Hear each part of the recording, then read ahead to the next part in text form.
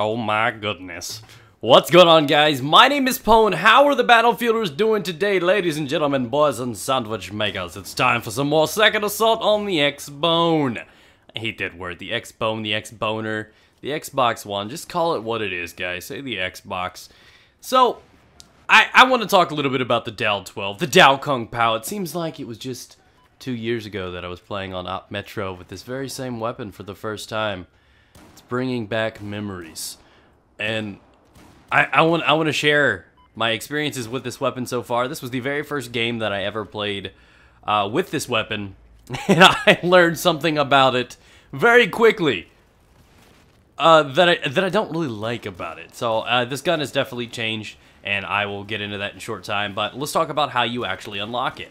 And the Dao Kung Pao is definitely one of the easier ones to unlock in the game. It's fairly easy. It's pretty much guaranteed to happen within like 2 minutes. So what you do is you hop on Caspian Border, and I believe you have to do all of this at once because I think I had the shotgun ribbon in a different gameplay and it didn't apply to it. So I think you need to have a shotgun ribbon and lower the gate or raise the gate on Caspian Border. Now, if you guys are curious about what the gate is, it's basically this little thing. There's buttons. There's a giant wall now over by, I think, what is the B objective.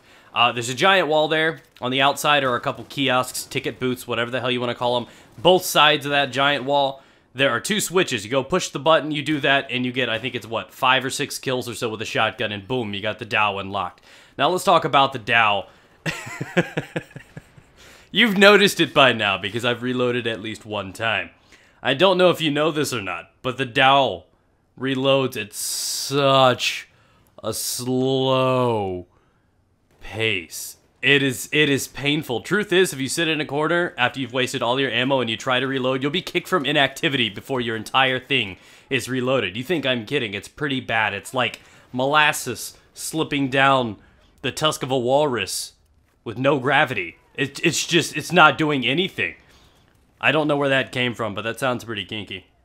I like molasses and walruses. Are they walrus? Plural of walruses or walrus, maybe? I don't know. It sounds pretty cool. Maybe a Pokemon name. But anyways, another fun little fact about walruses is they have bones in their penis. Yeah, I know it sounds weird. I didn't want to share that with you, but they're like giant tubing pipes. I think that's what they make those McDonald's play places out of. It's just like big tubes. But just letting you guys know in case you were looking for a little spice in your life. But where is this going? Where's this commentary going? We're talking about the gun. Oh, what's up? So, the Dao. Great gun. It has some potent abilities behind it. I found that if you get really, really close and you can smell the other person, that you can get a one-shot kill with it. But I have also found that on more occasions than not, that it takes 2 or 3 shots to kill a guy. So it's one of those weapons that stands out. It's not like the Oots that has amazing, you know, rounds and it is pump action or slow rate of fire or anything like this. This is somewhat spammable at a decent rate of fire. Its reload really holds it back, and I find that a lot of times I needed ammo. I think within the 15 minutes I played, I needed to wait for ammo or weapon swap like 6 times. And that's quite excessive because you're going to spend a lot of time spraying 4 shots to kill 1 guy, and it just time flies when you're reloading. So that's just kind of what happens.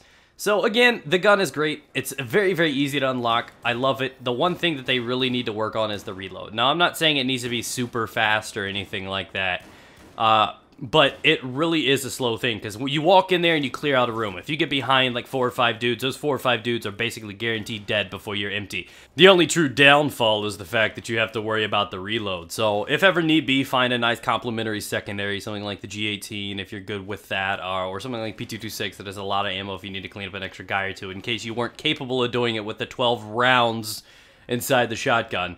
But that's it. I wanted to show this thing off to let you guys know it's a great weapon. Its only real flaw is the reload rate, but I think with a little bit of experience and you learn to get used to it, you'll know how to play to its benefits.